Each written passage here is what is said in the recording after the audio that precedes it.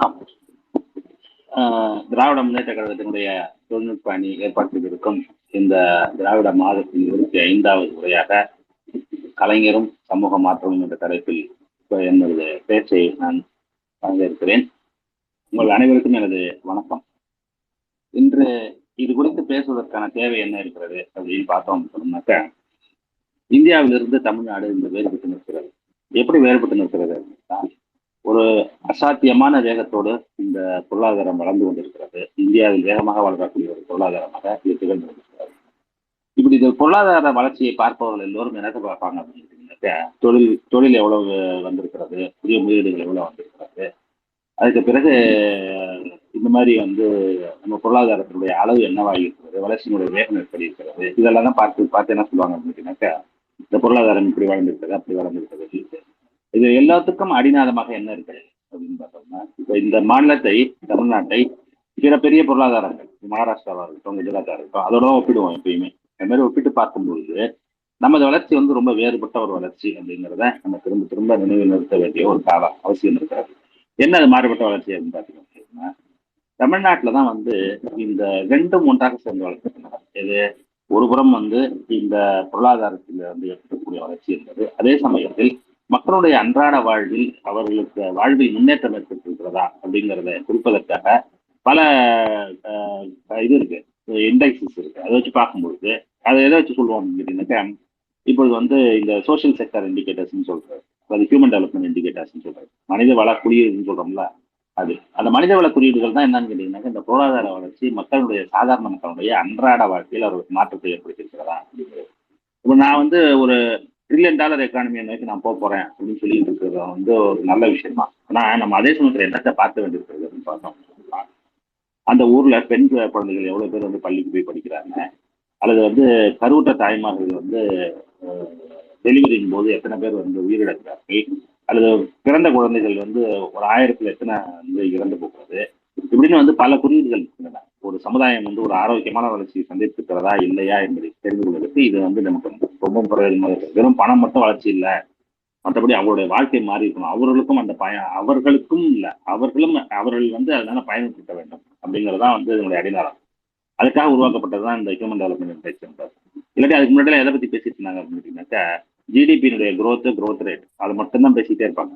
அமர்தேசன் போன்ற அறிஞர்கள் தான் என்ன சொன்னாங்க அப்படின்னா, அது என்னடா அது எவனாவது 4 பேர் வளர்ந்தாலே ஜிடிபி வளர்ச்சியை காட்டும், growth ரேட்டை காட்டும், அதெல்லாம் காட்டிட்டு போகும். ஆனா அந்த ஊர்ல என்ன ஆனா அப்படின்னு பார்க்கணும், இதெல்லாம் தான் நீங்க பார்க்கணும் அப்படின்னு சொன்ன போது இது என்ன ஆச்சு அப்படின்னு கேட்டீங்கன்னா, இந்தியாவில் இருக்கக்கூடிய பல மாநிலங்கள்ல ரெண்டையும் எடுத்து கணக்கு பண்ணி பார்ப்பாங்க. தொடர்ந்து வருடம் கணக்கு பண்ணி பார்க்கும்போது தமிழ்நாடு மட்டும்தான் என்ன சாய்த்து காட்டியிருக்கிறது, பொருளாதார வளர்ச்சியும் சமூக வளர்ச்சி மாற்றம் அப்படிங்கறது எதுன்னு சொல்றோம் அப்படின்னா, இந்த மனிதவள குறியீடுகள் ஏற்படக்கூடிய முன்னேற்றங்கள் இது ரெண்டும் ஒரே சமயத்தில் சைமல்டேனியஸாக நடந்திருக்கிறது அப்படிங்கிறது ரொம்ப ஆச்சரியமான ஒரு விஷயம்.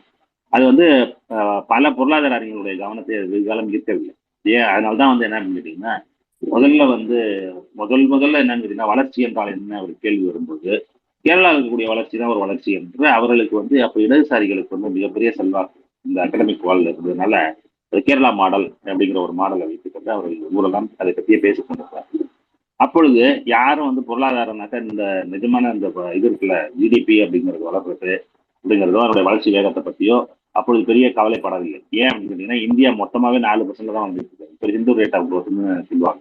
அந்த மாதிரி வளர்ந்து கொண்டிருக்கும் போது கேரளா அதை பற்றி பெரிதாக பேசிக் கொண்டிருக்கிறது. ஆனா கேரளாவில் என்ன பேச முடியாது அப்படின்னா, பொருளாதார வளர்ச்சி அப்படிங்கிறது என்ன கருதி இருக்கு அப்படிங்கிறத பற்றி எந்த காலத்திலும் அவர்கள் பேசியதே இல்லை. அப்படி இருக்கும் பொழுது இது ஒரு 20 வருஷம் போயிட்டு இருந்தது கேரளா மாடல் அப்படிங்கிறது. அதற்கு பிறகு மோடியை தலைமை அமைச்சராக ஆக்குவது அப்படின்னு அவர் முடிவு செய்த பிறகு உருவாக்குனதுதான் என்னன்னு கேட்டீங்கன்னாக்க இந்த குஜராத் மாடல் அப்படிங்கிறது. இந்த குஜராத் மாடல் எப்படி இருந்துச்சுன்னாக்க, இதை ஷங்காயில் இருக்க பாலத்தை எடுத்து நம்ம குஜராத்ல இருந்து காட்டுறது அதை ஆரம்பிச்சு இந்த மாதிரி பொருளாதார வளர்ச்சியில நாங்க அவ்வளவு உயரத்துக்கு போயிட்டோம், இவ்வளவு உயரத்துக்கு போயிட்டோம், பொருளாதாரத்துல அவங்க வளர்ந்துருக்காங்கிறது ஒண்ணுதான். ரொம்ப ஆரம்ப காலத்துல இருந்து அவர்கள் முன்னணி இருக்கக்கூடிய ஒரு மாநிலம் தான், செல்வம் மிகவும் தலைநோக்கி இருக்கக்கூடிய மாநிலம் தான். அந்த மாதிரி இருந்தாலும் கூட அவர்கள் சொன்னது என்னன்னு கேட்டீங்கன்னா, அதுதான் மாடல், அதை இந்தியாவுக்கு கொண்டு வர போறோம் அப்படின்னு. அதுக்கு பிறகுதான் என்னன்னு கேட்டீங்கன்னா, இங்க இருக்கக்கூடிய தமிழ்நாட்டில் இருக்கக்கூடிய ஒரு நம்மளுடைய மாநில கொள்கையுடைய முதல்வர் உறுப்பினருடைய பேராசிரியர் விஜயபாஸ்கர், அப்புறம் எம்ஏடிஎஸ்ல பேராசிரியர் இருக்கக்கூடிய கலையரசன், இவரெல்லாம் சேர்ந்து என்ன பண்ணாங்க அப்படின்னா ஒரு புத்தகத்தை எழுதிட்டாங்க. கரெக்டா எலெக்ஷனுக்கு முன்னாடி திராவிடியன் மாடல் அப்படிங்கிற ஒரு புத்தகம் எழுதி வெளியிடப்பட்டது. அது வந்து என்ன அப்படின்னு கேட்டீங்கன்னா, அது வந்து ஒரு கட்டுரை. அவர்கள் இருவரும் வெவ்வேறு காலகட்டங்களில் எழுதி அதுக்கப்புறம் இந்த புத்தகத்துக்காக எழுதிய கட்டுரை தொகுப்பு. எப்படி அப்படின்னா, இருக்கிற புள்ளி விவரங்களை எல்லாத்தையும் தொகுத்து வெவ்வேறு துறைகளில் தமிழ்நாடு எப்படி எல்லாம் சாதித்து காட்டியிருக்கிறது, மற்ற மாநிலங்களோட ஒப்பிடுகிறது அப்படின்னு அந்த காட்டுறதுக்கு தான் அந்த புத்தகத்தை அவர் எழுதி வெளியிட்டார். அவருடைய தமிழாக்கம் தான் இப்ப நம்ம இங்க சொல்லக்கூடிய அந்த திராவிட ஆட்சி மாற்றம். இதுல இதற்கு இது வந்து அவர்கள் வந்து ஒரு செகண்டரி டேட்டா அப்படிங்கிறத வைத்து அவர்கள் நிறைய வெவ்வேறு பகுதிகளை ஆராய்ந்து அந்த கட்டுரைகளை எழுதியிருக்கார். அதுக்கு அதுக்கு அதே சமயத்தில் அதுக்கு கொஞ்சம் முன்னாடி கூட என்ன செய்வோம் அப்படின்னாக்க, நான் நிறைய வந்து களப்பணியில தான் நிறைய வேலை செஞ்சிருக்கேன். அதை ஃபீல்ட்ல போய் என்ன நடந்துருக்கு அப்படிங்கிறத பார்த்து மக்களிடம் சந்தித்து பேசி அதுல என்ன நடந்துட்டு இருக்கு அப்படிங்கிறத பத்தி நான் வெவ்வேறு காலகட்டங்களில் கட்டுரைகள் எல்லாத்தையும் திரும்ப பார்க்கும்பொழுது என்ன தெரிஞ்சது, இந்த மாற்றங்கள் எல்லாம் வந்து வேறு விதமான ஒரு இடத்தை தமிழ்நாடு அழைத்து செல்கிறது அப்படிங்கிறதா. அது என்ன வேறு விதமான இடத்துக்கு அழைத்து செல்வது பார்த்தீங்கன்னா, அதுலதான் வந்து கலைஞருடைய பங்கு அப்படிங்கிறது முக்கியத்தக்கதாக இருக்கு. என்ன அவர் என்ன செய்தார் அப்படிங்கிறது வந்து அவர் எந்த இடத்துலையும் பேசுனதே கிடையாது. நீங்க வந்து எந்த புத்தகத்தையும் தேடி புத்தகத்துல அவர் பேச்சுல இருந்தோ அல்லது எழுத்துக்கள் இருந்து தேடியெல்லாம் கண்டுபிடிக்க முடியாது. இது வந்து என்னன்னு கேட்டீங்கன்னாக்க, கிராமப்புறங்கள் எப்படி மாறி இருக்கிறது என்பது குறித்து நீங்க தொடர்ந்து கண்காணித்துக் கொண்டே வரும்போதுதான் உங்களுக்கு புலப்படுது. இந்த கதையை வந்து வெளியில யாருமே அதை பற்றி பேசவே இல்லை. அது என்ன அப்படின்னு பாத்தீங்கன்னா, மிக அடிப்படையாக மற்ற மாநிலங்களுக்கும் நமது மாநிலத்துக்கு இருக்கக்கூடிய வேறுபடு. கேரளா ஓரளவு நம்மளோட ஒருத்தர் வச்சுங்களேன். என்ன அப்படின்னு கேட்டீங்கன்னாக்க, கிராமப்புறங்களில் இது வந்து பல ஆண்டுகளாக பல நூற்றாண்டுகளாக நிலவி வந்த அந்த அதிகார கட்டமைப்பு இருக்குல்ல, அந்த அதிகார கட்டமைப்பை கலைஞர் வந்து சிஸ்டமேட்டிக்கா உடைச்சு கட்டுறாரு. அது என்ன பண்றாரு அப்படின்னா, இந்த அதிகாரத்தை வந்து ஒன்றுமில்லாமல் ஆக்குறது வழியாக அப்பதான் வந்து இந்த கிராமத்துக்கு வந்து விடியலே ஏற்படும் அப்படிங்கிறது அவருடைய கருத்து. அப்போ இதை வந்து அவர் எப்படின்னாக்க வெளியில எதுவுமே சொல்லாமல் செய்கிறார். இப்போ ஆரம்பத்துல வந்து விடுதலை பத்தி பேச்சு வரும்போது இதை பத்தி ஒரு பேச்சு கிளம்பியது. என்ன கிளம்பியது அப்படின்னா, நமது அதிகாரம் வெள்ளக்காரனிடம் வந்து இந்தியாவுக்கு வந்து அரசியல் அதிகாரம் வரப்போகிறது. அது வரும்பொழுது இந்த அரசியல் அதிகாரத்தை எங்கு வைப்பது, எந்த அளவில் வைப்பது அப்படிங்கிறது வந்து ஒரு பெரிய விவாதம் நடந்தது. அது வரைக்கும் வெள்ளக்காரன் வரைக்கும் எப்படி இருந்ததுனாக்கா, டெல்லி தான் மிக பலமான ஒரு இடமாகவும், மாநிலங்கள் அதாவது பிரசிடென்சிஸ் என்று சொல்லக்கூடிய அந்த பிராந்தியங்கள் இருக்குல்ல, அவையெல்லாம் வந்து எப்படி இருந்தது வலுவற்றதாகவும் இருந்து கொண்டிருக்கிறாங்க. அப்பொழுது இந்த விடுதலைக்காக முன்னணி இந்த காங்கிரஸ் என்ன சொன்னது அப்படின்னு கேட்டீங்கன்னாக்கா, நமக்கு விடுதலை கிடைத்த பிறகு எப்படி இருக்கும் அப்படின்னு கேட்டீங்கன்னாக்கா, நம்ம வந்து டெல்லியில வந்து இருக்கக்கூடிய அரசு என்பது ஒரு சாதாரண ஒரு அரசாக, ரொம்ப வலுவான ஒரு அரசாக இல்லாமல் இந்த பிரதேசங்கள் எல்லாம் ஒருங்கிணைக்கக்கூடிய ஒரு அமைப்பாக இருக்குமே தவிர வலுவான ஒன்றியமாக இருக்காது. நம்ம மாநிலங்களுக்கு தான் அதிக அதிகாரங்களை கொடுப்போம் தான் அவர்கள் பேசிக்கொண்டே வந்தார். அது ஒரு புறம். அதுக்கு பிறகு இந்த பாகிஸ்தான் அப்படிங்கிற ஒரு பிரிவினை வந்த பிறகு என்ன ஆச்சு அப்படின்னா, யாரெல்லாம் வந்து மாநில அளவில் வந்து அந்த அதிகாரம் இருக்குன்னு சொன்னார்களோ அவர்கள் எல்லாம் ஒரு பெரிய அண்டர் பல்ட்டி அடிச்சு விட்டு என்ன பண்ணாங்க அப்படின்னா, அதிகாரம் வந்து டெல்லியில தான் இருக்கணும், அப்பதான் மாநிலங்கள் பிரிந்து போவதை தவிர்க்க முடியும் அப்படிங்கிற ஒரு ஐடியால போய் அதுக்கப்புறம் மிகப்பெரிய அதிகாரத்தை வந்து டெல்லியில் வழங்கினார். அப்பொழுது ஒரு பெரிய விவாதம் நடந்தது. இந்த விவாதத்தில் 3 அணியினராக பிரிந்து போனார். ஒரு பக்கம் வந்து இந்த காந்தி என்ன சொன்னார், அதிகாரம் என்பது கிராமப்புறத்தில் தான் இருக்கணும் அப்படிங்கிறது அவருடைய நிலைப்பாடு. ஏன் அப்படின்னு கேட்டீங்கன்னாக்கா, நம்ம வந்து புலியிடமிருந்து தப்பிச்சோம் அப்படின்னு சொல்லி வெள்ளக்காரன் அனுப்பிட்டு நம்மளே புலியாக கூடாதுங்கிறது அவர் சொன்ன ஓமியம். அதாவது புலியை வந்து காட்டில் ரொம்ப அராஜகம் பண்ணிட்டு எல்லாத்தையும் அடிச்சுட்டு எல்லாத்தையும் திங்கிது அப்படின்னு சொல்லி மற்றதெல்லாம் நரி அது எதெல்லாம் இரையாகுமோ அதெல்லாம் ஒன்னா சேர்ந்து போராட்டம் பண்ணி அதுக்கு விடுதலை பெறலாம் சொல்லிட்டு அது போனதுக்கு அப்புறம் அதுலயே ஒருத்தர் வந்து புலியாக்குறது அப்படிங்கிறது வந்து எந்த விதத்தில் சரியா இருக்கும். அது வந்து நமக்கு உண்மையான விடுதலையே கிடையாது அப்படிங்கிறது அவர் சொன்னது. அதுதான் நமக்கு இப்ப நடந்து கொண்டிருக்கிறது. டெல்லியில் எவ்வளவு அதிகாரம் அமைந்திருக்கிறது அப்படிங்கிறது.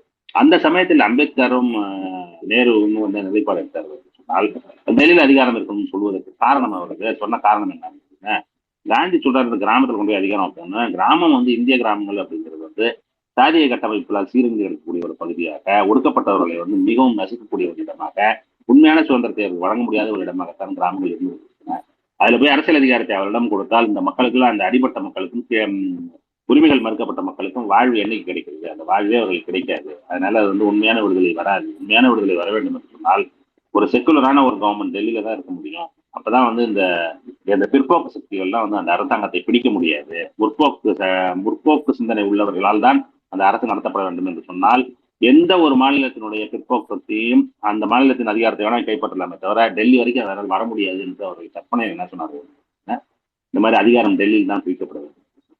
பெரியார் வந்து என்ன சொன்னார் அப்படின்னு, பெரியார் வந்து அம்பேத்கர் லைன்ல தான் இருக்காரு.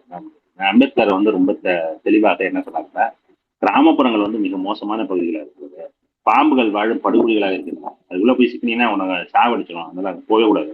பெரியார் என்ன சொன்னாருன்னா, இந்த கிராமப்புற ஒளிகிற வரைக்கும் நம்ம மக்களுக்கு விடுதலையே கிடையாதுன்னு அவருடைய ஏற்பாடு. இதை வந்து நல்லா உள்வாங்கி கொண்டவர் வந்து கலைஞர் தான். கலைஞர் என்ன செஞ்சார் அப்படின்னு தமிழ்நாடு வந்து முன்னேற வேண்டும், தமிழ்நாடு உருப்பட வேண்டும் சொன்னால் கிராமப்புறத்தில் இருக்கக்கூடிய அந்த இது இருக்குல்ல, ஊர்ன மட்டையா இருக்கக்கூடிய குட்டையா இருக்குல்ல, அது எல்லாத்தையும் ஒழிச்சு கட்டினாதான் இந்த நாடு உருப்படும் என்பது மிக தெளிவாக இருந்தார். அது எப்படி அவர் செயல் வடிவம் கொடுத்தாரு அப்படின்னு பார்த்தீங்கன்னா, ஃபர்ஸ்ட் அந்த 7 வருஷம் அவர் தலைமை பொறுப்பில் இருக்கும்போதே 1969 76க்குள்ள அது ஓரளவு செய்து முடிச்சிடறாரு. எப்படிலாம் செய்து முடிச்சாரு அப்படிங்கிறத பார்த்தோம். முதல்ல வந்து என்ன செஞ்சாரு, கிராமப்புறங்கள்ல அவர்கிட்ட தஞ்சை மாவட்டத்துல இருந்து வர்றதுனால அவருக்கு வந்து அந்த அங்கதான் வந்து இந்த உக்கிரமா இருந்தது. பெரிய நிகழ்ச்சி வந்தவர்களுடைய அதிகார கட்டமைப்பு அப்படிங்கிறது மிக உக்கிரமாக இருந்தது. அதை எதிர்த்துதான் இடதுசாரிகள் வந்து அத்தனை ஆண்டுகள் களமாடி கொண்டிருந்தார். பெரும் போராட்டங்கள் இருந்தன, தொடர் போராட்டங்கள் நடந்தன, கூலி உயர்வுக்காக, குத்தகையை பாதுகாப்புக்காக எல்லாம் தொடர்ந்து நடந்து கொண்டே இருந்தன. அதனுடைய ஒரு உச்சகட்ட வெளிப்பாடு தான் அந்த கீழவேண்மையில் நடந்த மாபெரும் படுகொலை அப்படிங்கிறது. அத்தனை 48 தொழிலாளர்கள் வந்து உயிரோடு வச்சு கொளுத்தப்பட்டதுங்கிறது அப்பொழுது நடைபெற்றது. அந்த அதுல உச்சம் பெற்ற பிறகு என்னாச்சு அப்படின்னாக்க, இவர் வந்து ஆட்சி அதிகாரத்துக்கு வரும்போது இதை வந்து இந்த மாதிரி முறையில் இல்லாமல் சட்டபூர்வமாகவே இதை ஒழித்து கட்டுறதுக்கு உண்டான முனைப்புகளை அவர் காட்டினார். அதுக்கு முன்பு விடுதலையின் போதே 1947 காங்கிரஸ் எல்லாம் சொல்லிட்டு இருந்ததுங்கிறனாக்க நம்ம வந்து நில உச்சவரம்பு சட்டத்தெல்லாம் கொண்டு வர வேண்டும், அதை செயல்படுத்த வேண்டும்.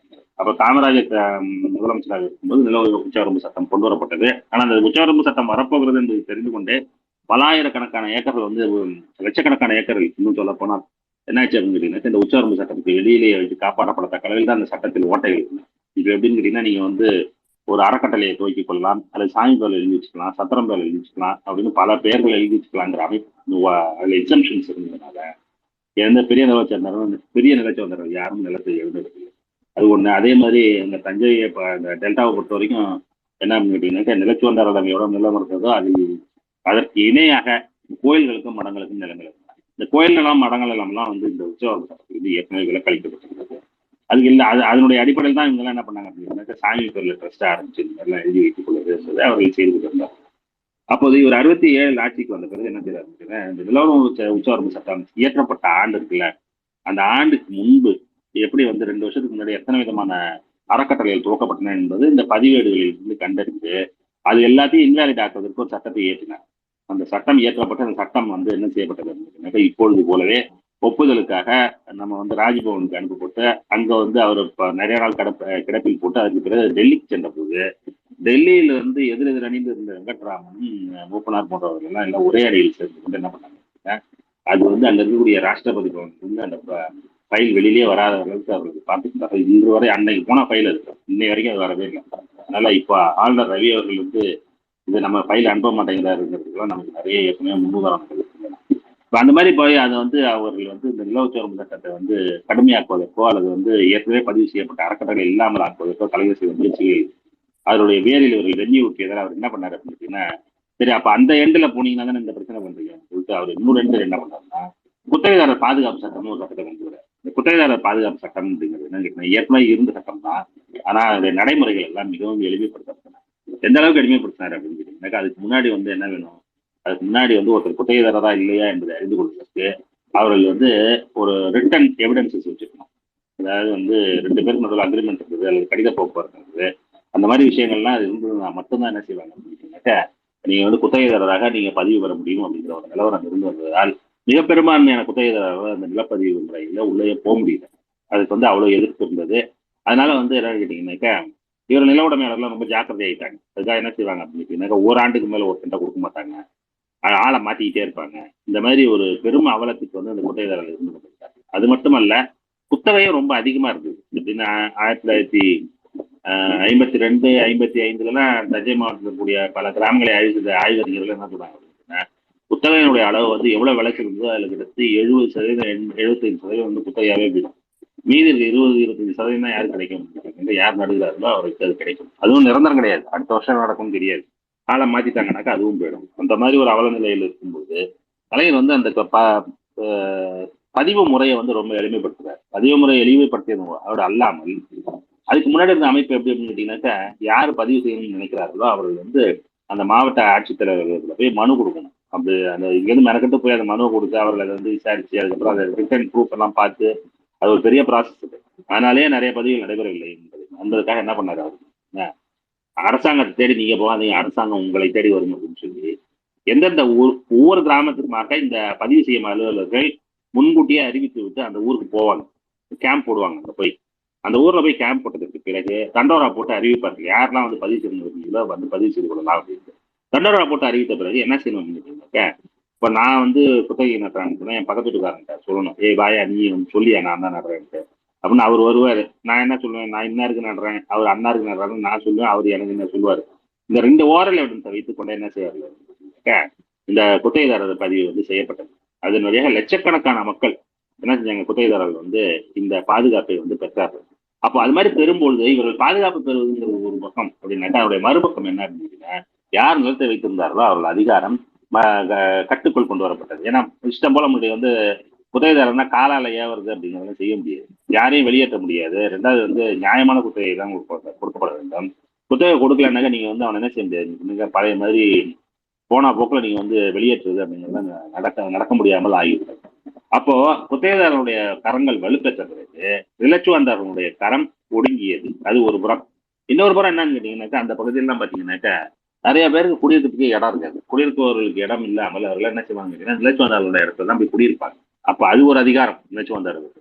அப்போ என்ன கேட்டீங்கன்னா, இவன் ஏதாவது சொன்ன பேச்சு கேட்கல அப்படின்னு சொன்னீங்கன்னாக்கா, என் வீட்டை இடத்த காலி பண்ணி கூரையை பிச்சுடுமா. அப்பெல்லாம் பர்மனண்ட் வீடா கட்டியிருப்பான், எல்லாம் குச்சி தானே போட்டிருப்பாங்க.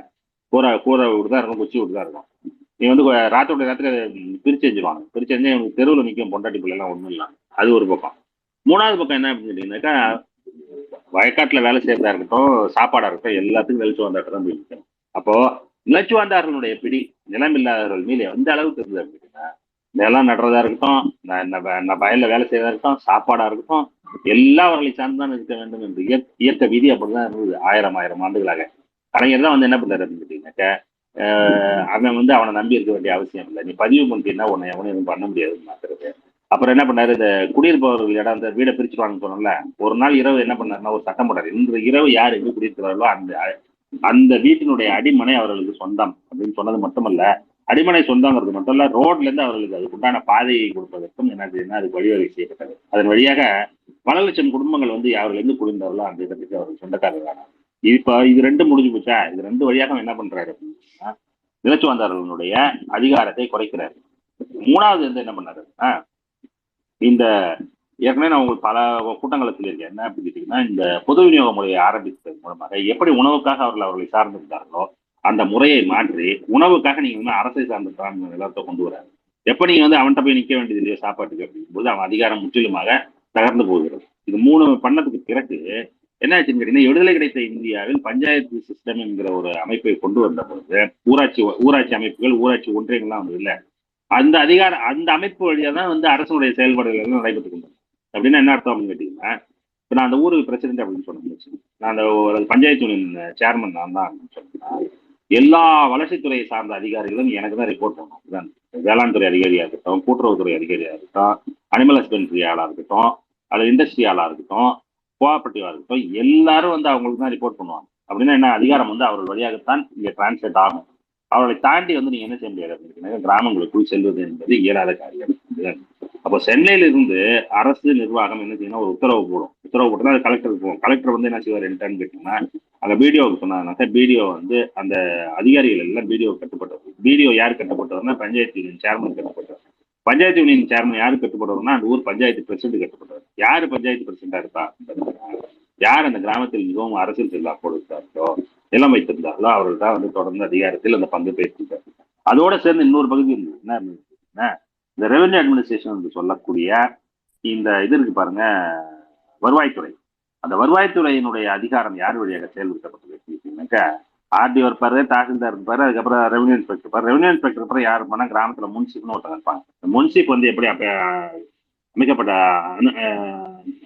அப்பாயிண்ட் செய்யப்பட்டார்கள் சொன்னால், அவர்கள் எல்லாம் வந்து பரம்பரையாக அது தனியா சட்டமே வெள்ளக்காரன் போட்டுருந்தாங்க. இப்ப எங்க தாத்தா முன்சிபா இருந்தாருன்னு சொன்னா, அவர் தவறி போயிட்டாருன்னா எங்க அப்பாவுக்கு ஃபர்ஸ்ட் சான்ஸ். அவர் வந்து முன்சிபா வேண்டான்னு சொன்னா தான் வேற ஆள் கொடுப்பாங்க. இப்படி இந்த கிராமத்தில் யார் வந்து செல்வாக்கு மிக்கவர்களாக இருந்தார்களோ அவரிடம் தான் என்ன இருந்தது, 2 நிர்வாகம் இருந்தது. ஒண்ணு வந்து ஊராட்சி நிர்வாகம், இன்னொன்னு வந்து என்னது, இந்த வருவாய்த்துறை நிர்வாகம். இந்த 2 அதான் வந்து லோக்கலா இருக்கக்கூடிய ஒரு கிராமத்தில் அரசினுடைய முகங்களாக இது 2 தான் இருக்கும். அந்த மாதிரி இருக்கும்போது அப்ப அந்த ஊருடைய அதிகார கட்டமைப்பு யார்கிட்ட இருக்கும், இவர்கிட்ட தான் இருக்கும். 10,000 ஜாதி வேறு இருக்கு, உயர்ஜாதிக்காரர்கள் தான் இதெல்லாம் இருக்கும், நிலம் அவங்கள்ட்ட தான் இருக்கும். அவர் வந்து அப்ப முழு கட்டுப்பாட்டை இவர்களுக்கு வைத்துக் கொண்டிருக்கிறார். இப்ப கலைஞர் வந்து என்ன பண்ணாரு அப்படின்னா, இந்த ஊராட்சி மன்றங்களுடைய கட்டுப்பாட்டில் இருந்த ஊராட்சி ஒன்றியங்களோட கட்டுப்பாட்டில் இருந்த இந்த டெவலப்மெண்ட் அட்மினிஸ்ட்ரேஷன் இருக்குல்ல, வளர்ச்சி சார்ந்த அவங்க துறைகள், அதை எல்லாத்தையும் என்ன பண்றாரு அப்படின்னு நேரடியாக அரசுடைய இதுக்கு கொண்டு வந்துடுறாரு. என்ன லைன் டிபார்ட்மெண்ட் ஆக்குறது. அதனாலதான் பாத்தீங்கன்னா அதுக்கு முன்னாடிலாம் பாத்தீங்கன்னா பள்ளிக்கூட வாத்தியார் இருக்காங்க பார்த்தீங்களா, பள்ளிக்கூட வாத்தியார்லாம் போய் உள்ளூர் பிரசிடண்ட்டை போய் நிக்கணும். என்னன்ட்டு ஐயா சாமி எனக்கு இந்த ஊருக்கு மாற்றி கொடுத்து நான் பஞ்சாயத்து சேர்மன்ட்ட போய் நிக்கணும், இல்லாட்டி எலிமெண்ட்ரி ஸ்கூல் வாத்தியார்லாம் அந்த மாதிரி இருந்தது. அவருடைய கட்டுப்பாட்டு தான் இயங்கி கொடுத்தாரு. அதை எல்லாத்தையும் மாற்றி எஜுகேஷன் டிபார்ட்மெண்ட் உள்ள கொண்டு வருது. அதே மாதிரி அக்ரிகல்ச்சர் லைன் டிபார்ட்மெண்ட் ஆக்குறது, கோஆபரேட்டிவ் லைன் டிபார்ட்மெண்ட், எல்லாமே லைன் டிபார்ட்மெண்ட் ஆக்கணும்னா அது வந்து பஞ்சாயத்துல இருந்த அதிகாரம் என்பது முழுவதுமாக காலியாகி விட்டது. அது ஒரு புறம்.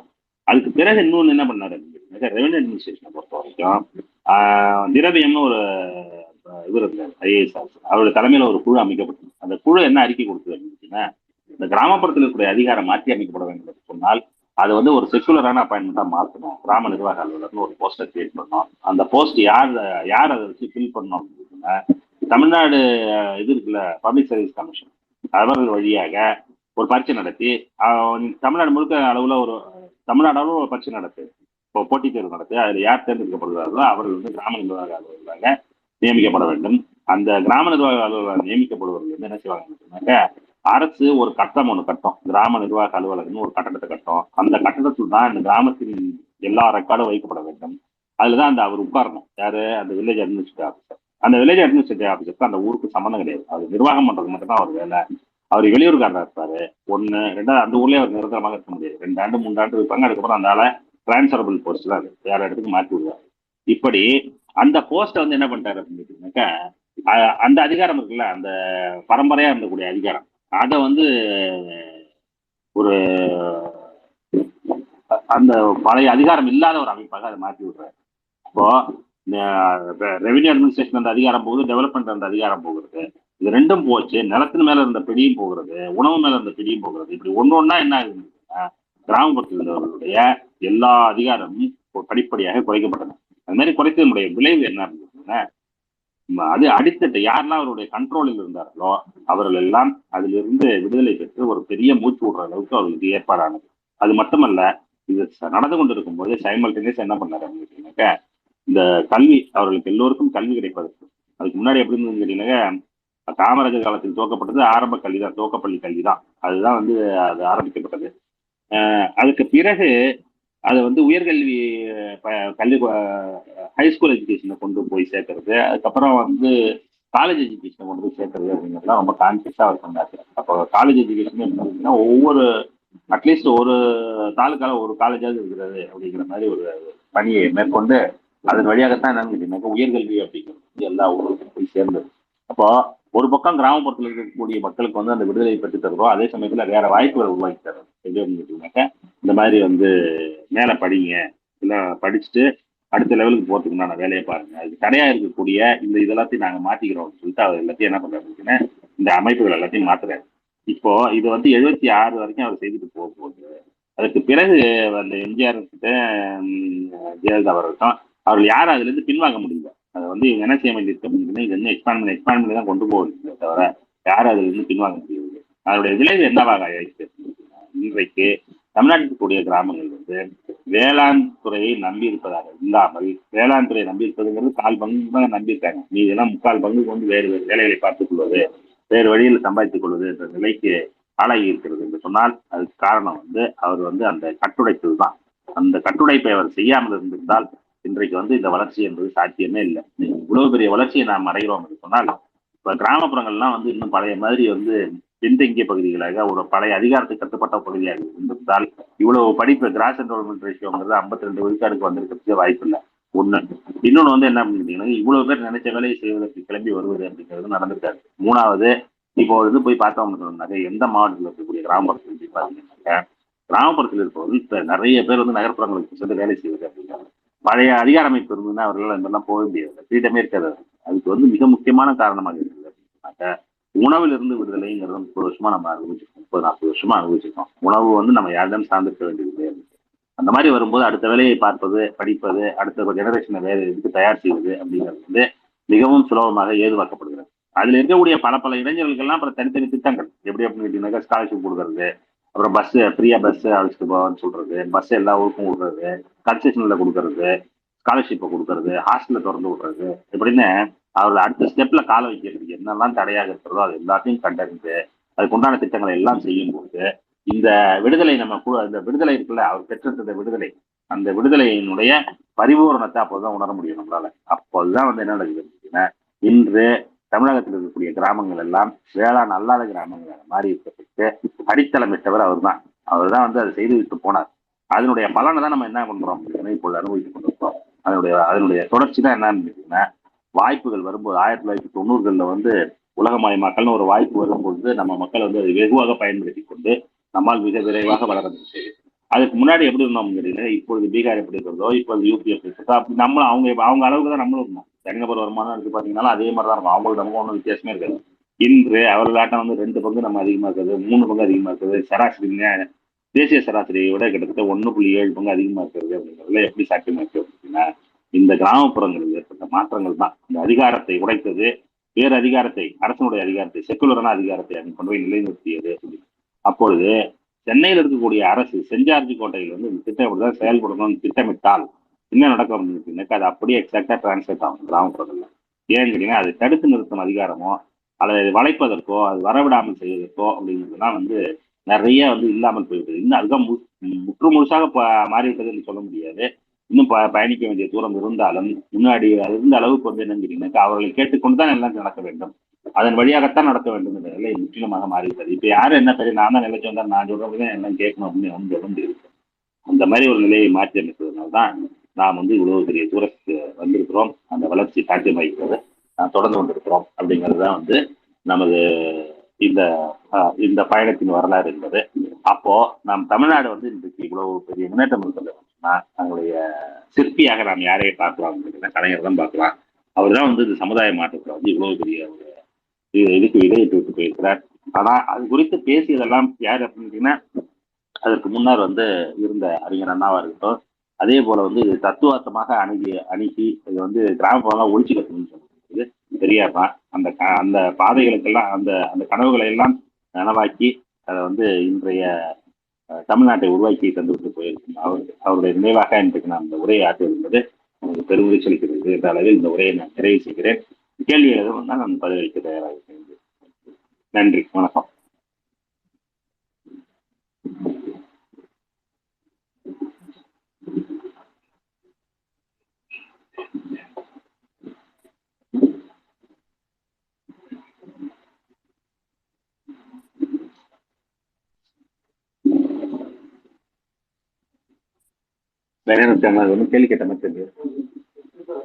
நன்றிகள் சார்.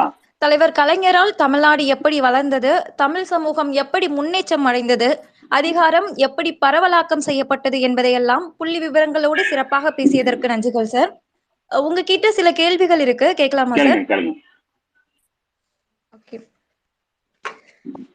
முதல் கேள்வியை ஸ்ரீனிவாசன் அவர்கள் கோயம்புத்தூரில் இருந்து கேட்டிருக்காங்க. பொருளாதார அறிஞராக தொடர்ந்து எழுதியும் பேசியும் வந்த நீங்கள் இந்த 2.5 ஆண்டுகளாக மாநில திட்டக்குழு துணைத் தலைவர் எனும் பொறுப்போடு அரசு நிர்வாகத்தில் பணியாற்றுகிறீர்கள். இந்த அனுபவம் எப்படி இருக்கின்றது? அந்த அனுபவம் ஒரு புறம் ரொம்ப மகிழ்ச்சியாக இருக்கிறது, ஒரு புறம் ரொம்ப துயரமாக இருக்கிறது. மகிழ்ச்சியா இருக்கிறது காரணம் என்ன அப்படின்னு கேட்டீங்கன்னா திட்டங்கள் எல்லாம் செயல்படுது அப்படிங்கிறது வந்து எப்படி நம்ம நினைச்சது நம்ம கனவு கொண்டதெல்லாம் எப்படி செயல்வடிவம் பெறுகிறது அப்படிங்கிறத பார்க்கும்போது மிகவும் மகிழ்ச்சியாக இருக்கிறது. இப்போ நம்ம தேர்தல் அறிக்கையில சொன்னோம் என்ன சொன்னோம் அப்படின்னா இந்த மாதிரி வந்து பெண்களுக்கு வந்து மாதம் 1000 ரூபாய் கொடுப்போம் அப்படின்னு சொல்லும்போது அந்த திட்டம் நிறைவேறப்படுகிறது, அறிவிக்கப்படுகிறது அப்படிங்கும்போது அதை பற்றி விவாதிக்கக்கூட குழுவில் உட்கார்ந்து நம்ம அதை பேசும்போது எங்கடா நம்ம இப்போ 2 வருஷத்துக்கு முன்னாடி நம்ம எங்க வெறுமனை வந்து வெறுவாயில் அவள் மேற்ற மாதிரி வந்து சென்ற காலம் போய் இன்னைக்கு வந்து அது முடிவு செய்கிற இடத்துல வந்து உட்கார்ந்து அதை பற்றி பேசுறது அப்படிங்கிறது வந்து ஒரு மாபெரும் வாய்ப்பு. அந்த வாய்ப்புங்கிறது வந்து ஒரு அசாத்தியமான ஒரு சூழ்நிலையில நடந்திருக்கிறது. அந்த அந்த வாய்ப்பை எனக்கு வழங்கிய நமது கழக தலைவர் அவர்களுக்கு எனக்கு நெஞ்சான நன்றிகளை எப்படி நான் குறித்தாக்கி கொண்டே இருப்பேன். அது ஒரு புறம்.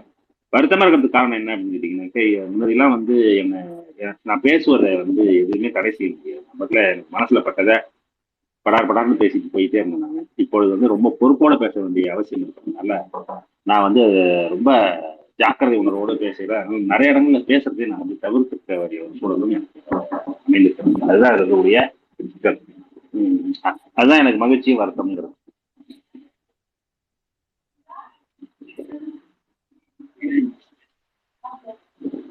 Okay sir. இரண்டாவது கேள்வி விக்ரம் அவர்கள் போரூரிலிருந்து கேட்டிருக்காங்க சார். அதிமுகவின் ஆட்சி முடிவடையும் போது தமிழ்நாட்டின் நிதி நிலைமை எப்படி இருந்தது, இப்போது எப்படி இருக்கிறது?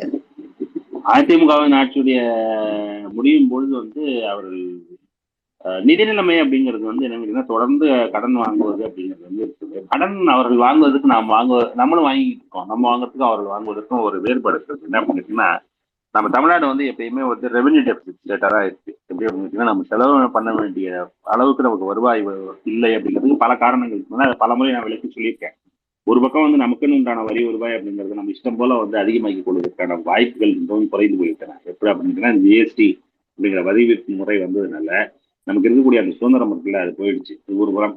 இன்னொரு புறம் என்ன கேட்டீங்கன்னா, நம்ம ரொம்ப வளர்ந்துருக்கோம் அப்படிங்கிற காரணம் காட்டி என்ன செய்யறாங்கன்னு கேட்டீங்கன்னா, டெல்லியில இருந்து நமக்கு வர அனுப்ப வேண்டிய பணம், கொடுக்க வேண்டிய பணம், அதை வந்து அவர் ஒவ்வொரு அந்தமா குறைத்து கொண்டே வருகிறார். இப்போ அது ரெண்டு ஒரு புறம் அந்த மாதிரி இருந்து கொண்டு இருக்க, இங்க வந்து நம்ம கடன் வாங்கி தான் ஆக வேண்டிய ஒரு சூழல் இருக்கிறது. அந்த கடன் வாங்கக்கூடிய சூழல்ல அவர்கள் என்ன செய்து கொண்டால் நாம் என்ன செய்து கொண்டிருக்கிறோங்கிறது வித்தியாசம். அவர்கள் வந்து வாங்கின கடன் தான் எப்படி எப்படிதான் செலவு பண்ணாங்கன்னா, ரொம்ப நாங்க வந்து இந்த பொறுப்பை ஏற்றுக்கொண்டு பல கூட்டங்கள் எல்லாம் அந்த அதிகாரிகளை பற்றி வச்சு நடத்தும் பொழுது எனக்கு ரொம்ப என்னடா இது இப்படி ஒரு பகல் பகல் கொள்ளையா இருக்கே, அந்த மாதிரி வந்து திட்டங்களை போட்டு இந்த மாதிரி பண்ணிட்டு போயிட்டாங்களே அப்படின்னு பல சந்தர்ப்பங்களில் நான் வந்து அதை பார்த்தது உண்டு. இப்பொழுது வந்து அந்த மாதிரி இல்லாமல் எப்படி ஆயிடுச்சு அப்படின்னு கேட்டீங்கன்னா, ரொம்ப கடுமையான ஒரு நிதி நிர்வாகம் அப்படிங்கிறது வந்து நடைபெற்று இருக்கிறது. ஆனால் கடன் வாங்குவதை நம்மளால் தவிர்க்க முடியவில்லை அப்படிங்கிறதுதான் உண்மை. கடன் வாங்கி தான் ஆக வேண்டிய ஒரு சூழல் இருக்கிறது. ஆனா வாங்குற கடனை நம்ம எப்படி செலவு பண்றோம் அப்படிங்கிறது தான் வேறுபாடு இருக்குது. நாம் வந்து அந்த கடனை மிக சிறந்த முறையில் செலவழிக்கிறோம் அப்படிங்கிறத இன்றைய நிலை.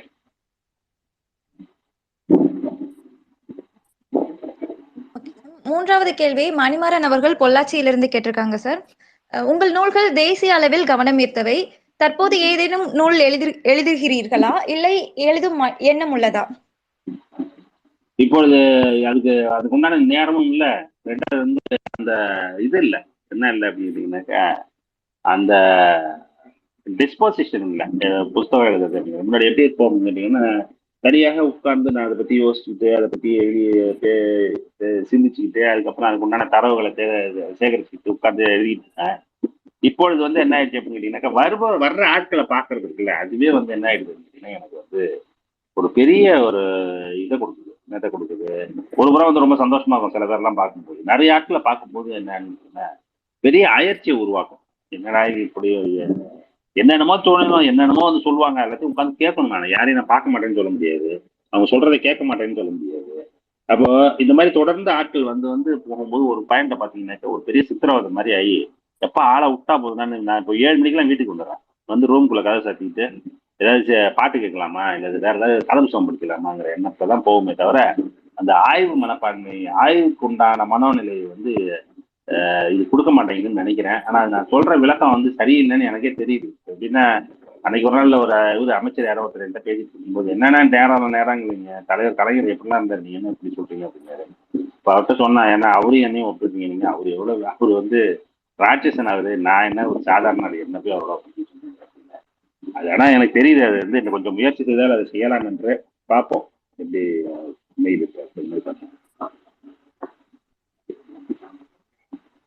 உங்கள் புத்தகங்களுக்காக எதிர்பார்த்திருக்கிறோம் சார். கண்டிப்பா அடுத்த புத்தகம் எழுதுங்க.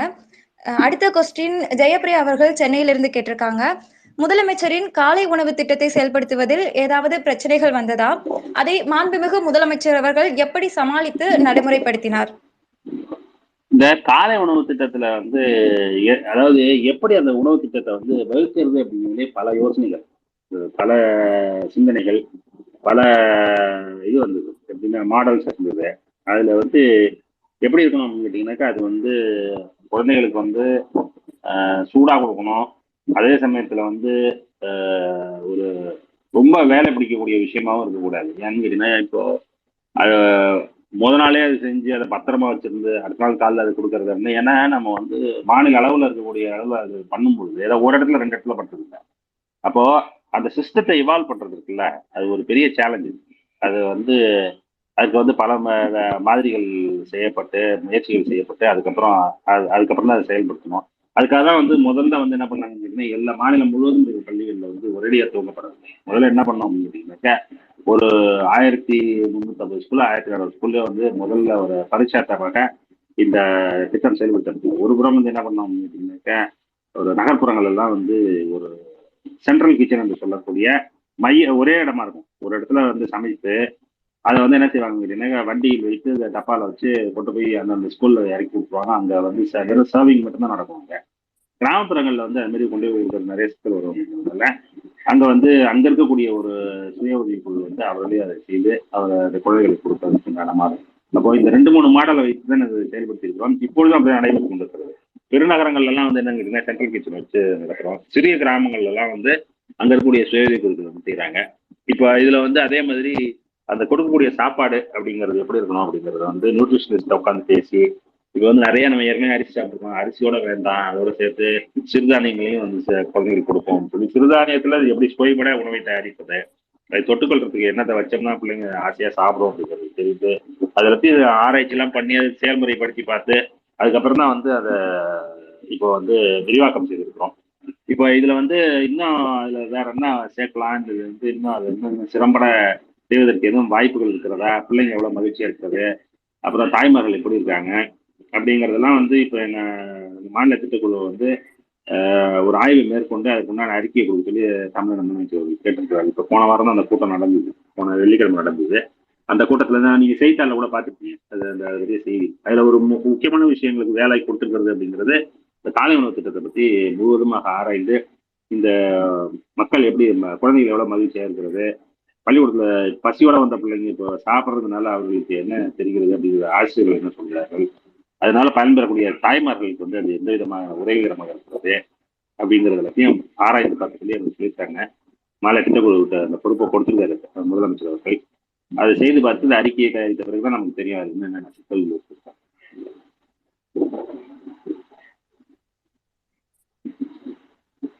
அடுத்த கேள்வி. தங்கள் அனுபவத்தை பகிர்ந்து கொண்டதற்கு நன்றிகள் சார். கடைசி கேள்வி வைத்தீஸ்வரன் அவர்கள் தஞ்சாவூரில் இருந்து கேட்டிருக்காங்க. மாண்புமிகு முதலமைச்சர் அவர்களுடன் இணைந்து பணியாற்றி வருகிறீர்கள்.